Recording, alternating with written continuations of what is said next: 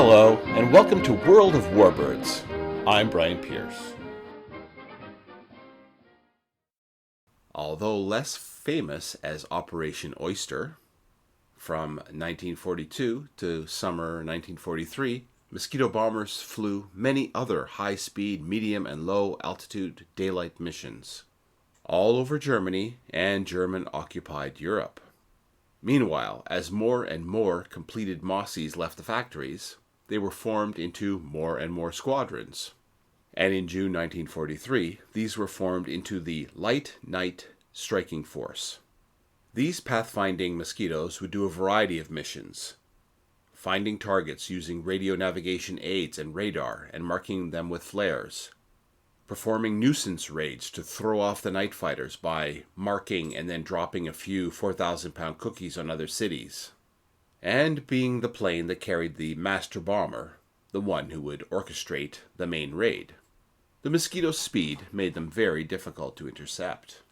As time went on, the diversions actually became raids in their own right, 100 or more Mossies dropping 4,000-pound cookies each on a city can't really be seen as a diversion anymore. Meanwhile, the night-fighting Mossies were on the defensive line back over England. They were also called up for offensive duties, going after their own nocturnal counterparts in the Luftwaffe during RAF night raids, either hunting down the Luftwaffe fighters in the bomber stream, using radio countermeasures to disrupt their hunting, or hitting the Luftwaffe night fighter bases just as the exhausted fighters were landing. Not to feel left out, the Mosquito fighter bomber was added to the 2nd Tactical Air Force from its inception in June 1943. This had a year-long mission to prepare for Overlord. Following D-Day, 3 wings of fighter bomber Mossies performed close support work for the Allied armies moving across Europe, and also went hunting for V-1 bases. The 30th of January 1943 was the 10th anniversary of the Nazis' rise to power, and the expectation was that there was going to be plenty of Nazi head honcho speechifying on that day. The RAF Mossies were cheeky enough to hit the Berlin broadcasting station in the middle of Luftwaffe Chief Reich Marshal Hermann Göring's talk, knocking him off the air. It was one thing to do this once, but they did it again in the afternoon, tripping up Propaganda Minister Joseph Goebbels' speech. This and other actions really turned Göring against the Wooden Wonder, although in his rant that I'm about to read for you, he sounds more jealous than angry. Open quotes. In 1940, I could fly as far as Glasgow in most of my aircraft, but not now. It makes me furious when I see the Mosquito. I turn green and yellow with envy. The British, who can afford aluminum better than we can, knock together a beautiful wooden aircraft that every piano factory over there is building, and they give it a speed which they have now increased yet again. What do you make of that? There is nothing the British do not have. They have the geniuses, and we have the nincompoops. After the war is over, I'm going to buy a British radio set. Then at least I'll own something that has always worked. Close quotes. Oh, and don't forget the Coastal Command Mosquitoes. From 1943 on, they were out there, looking to sting U-boats. Their usual technique was to hit the boats just as they were arriving back to port, the times gleaned by codebreakers. Just as the U-boats surfaced, the Mossies would arrive on the scene to ruin their day, with rockets or the 57mm shells of the Tsitsi.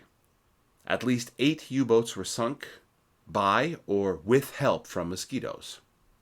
The last Mosquito war missions involved Mosquitoes of 143 Squadron and 248 Squadron RAF, who, in mid-May, were looking for U-boats who maybe still wanted to fight, even though the war was over. They didn't find any. In the lead-up to D-Day and Operation Overlord, there was intense intelligence and resistance activity going on in France. The Allies and resistance were gathering information and making plans to aid in the operation, while the Gestapo was trying to discover said plans and break up the intelligence and resistance networks working on them. When the Gestapo captured someone, they ended up in Amiens prison to be worked over, which would often yield more names and more prisoners to be questioned. In February 1944, it seemed that a critical mass of prisoners had been taken that would soon cause the complete collapse of the resistance movement in France, just as it was to be really needed for Overlord. There were also reports that 2 American spies and a British agent had just recently arrived in the prison. Something had to be done, and so planning for a jailbreak began.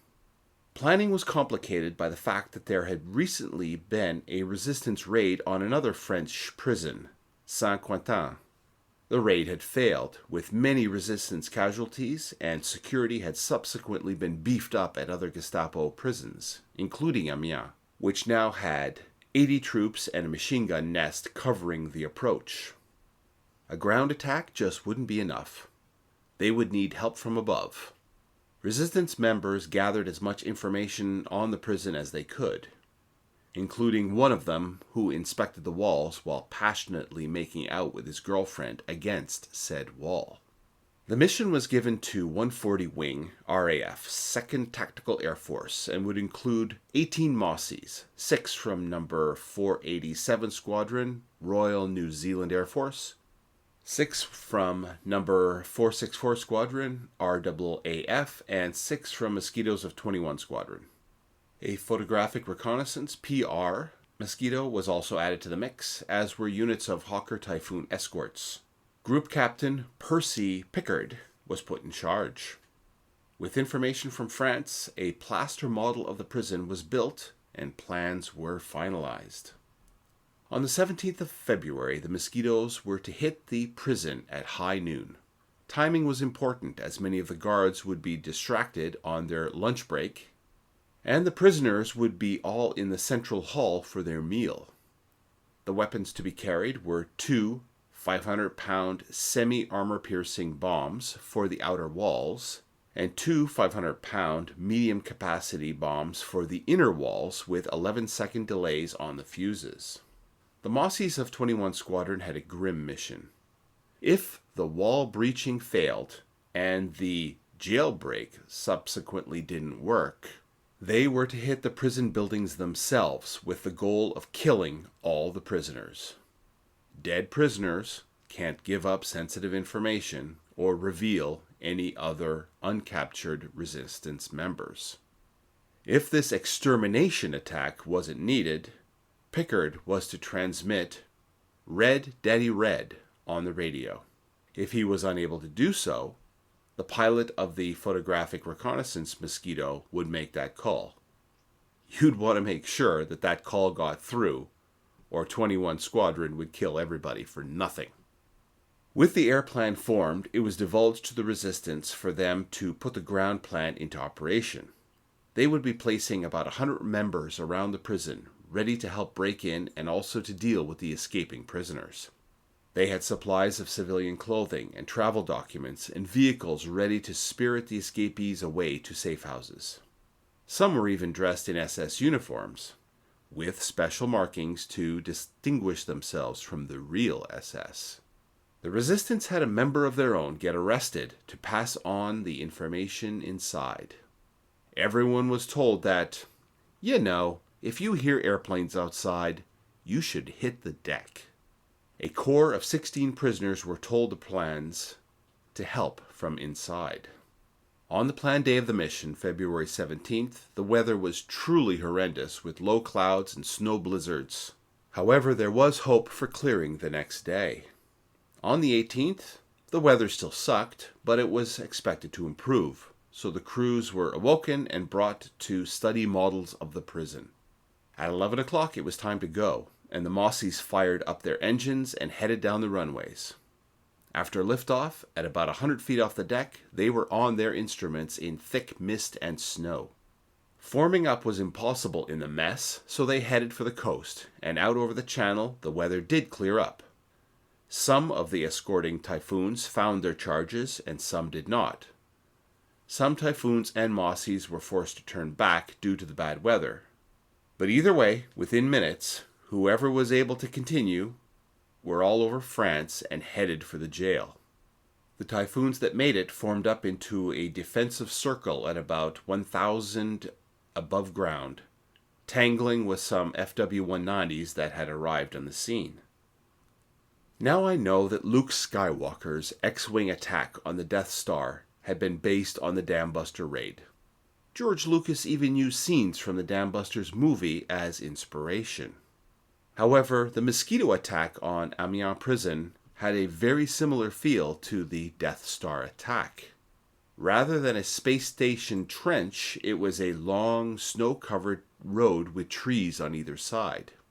Rather than a horribly critical exhaust port that the Empire had stupidly forgot to cover with a grate or something, it was the exposed wall of the prison. Rather than proton torpedoes, it was 500-pound semi-armor piercing bombs. One of the Mossie pilots later wrote, open quotes, "I shall never forget that road, long and straight and covered with snow. It was lined with tall poplars, and we were flying so low that I had to keep my aircraft tilted at an angle to avoid hitting the tops of the trees with my wing. The poplars suddenly petered out, and there, a mile ahead, was the jail. It looked just like the model, and within a few seconds we were almost on top of it." Close quotes. You can almost hear Obi-Wan Kenobi whispering to him, "Use the Force, Tommy." At 12:01, the first bombs started hitting the walls, and initially the walls held. 5 minutes later, more Mossies flung their bombs at the wall, and as Elvis would later sing, Joshua fought the Battle of Jericho, and the walls came a-tumbling down. The guardhouse was hit too. Prisoners were seen running out. Pickard transmitted the "Red Daddy Red" call on the radio to prevent the Terminators from doing their extermination job. 2 Mosquitoes and 1 Typhoon were shot down, with Pickard's plane being one of the casualties. He and his navigator were killed. Although the raid was a success, it was not a complete success. 255 of 832 prisoners escaped. Some of these had been scheduled for execution. Many prisoners were shot by guards during the escape, but then again, about 50 guards were killed too.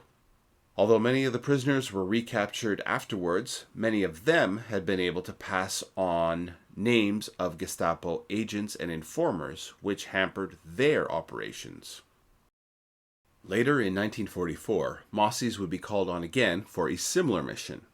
This was a raid on the Gestapo headquarters in Aarhus, Denmark.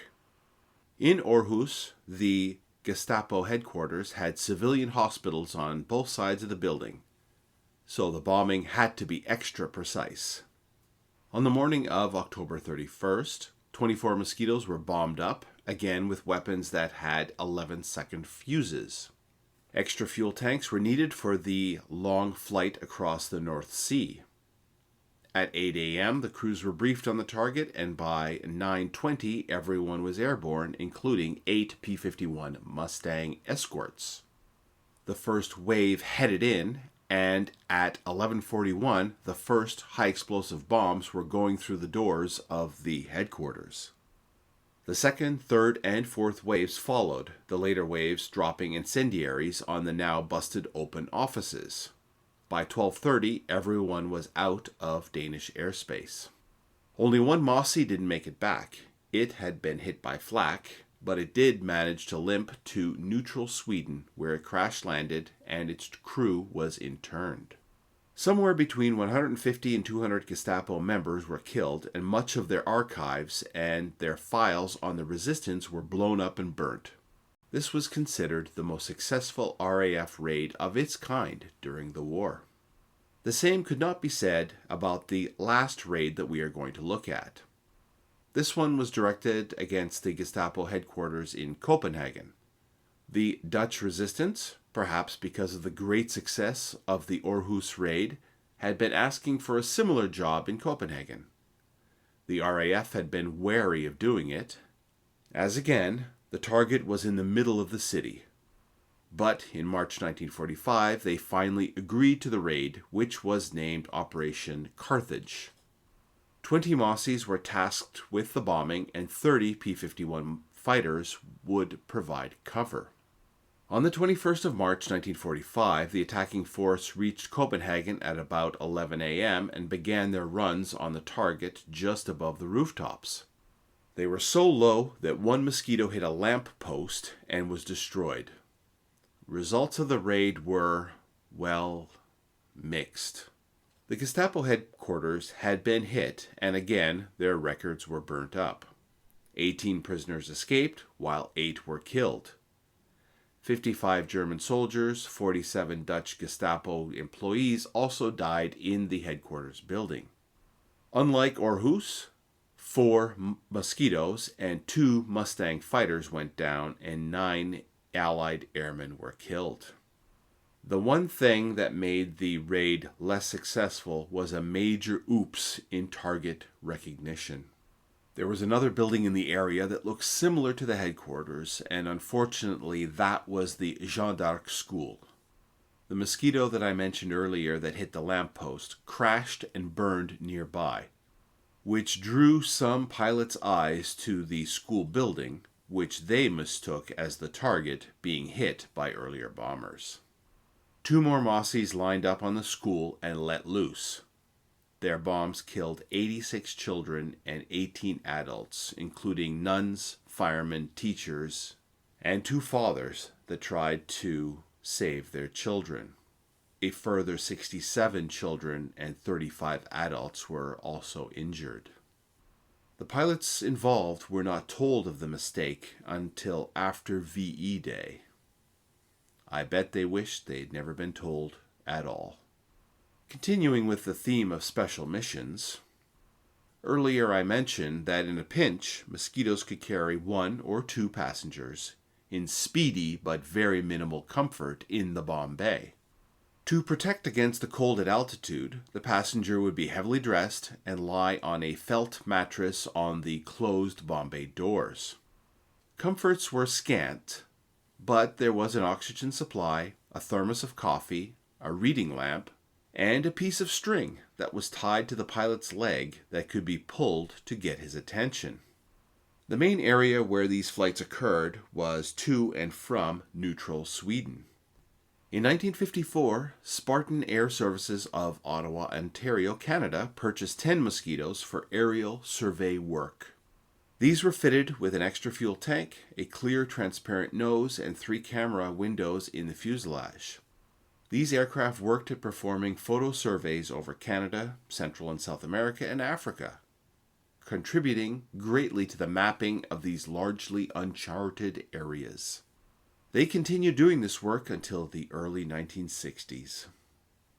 Survivors. Of the over 7,000 Mossies built, there are a good number, about 30, of survivors on display, taxiable, and even 4 in airworthy status. It's also heartening to know that many restoration projects are underway and should make sure that this beautiful aircraft is never forgotten and can be seen by many. The Mossie is probably the warbird that I have been physically closest to, having been allowed to stick my head inside Kilo Bravo 336, the Mossie on display at the Canada Aviation and Space Museum in Ottawa. Until next time.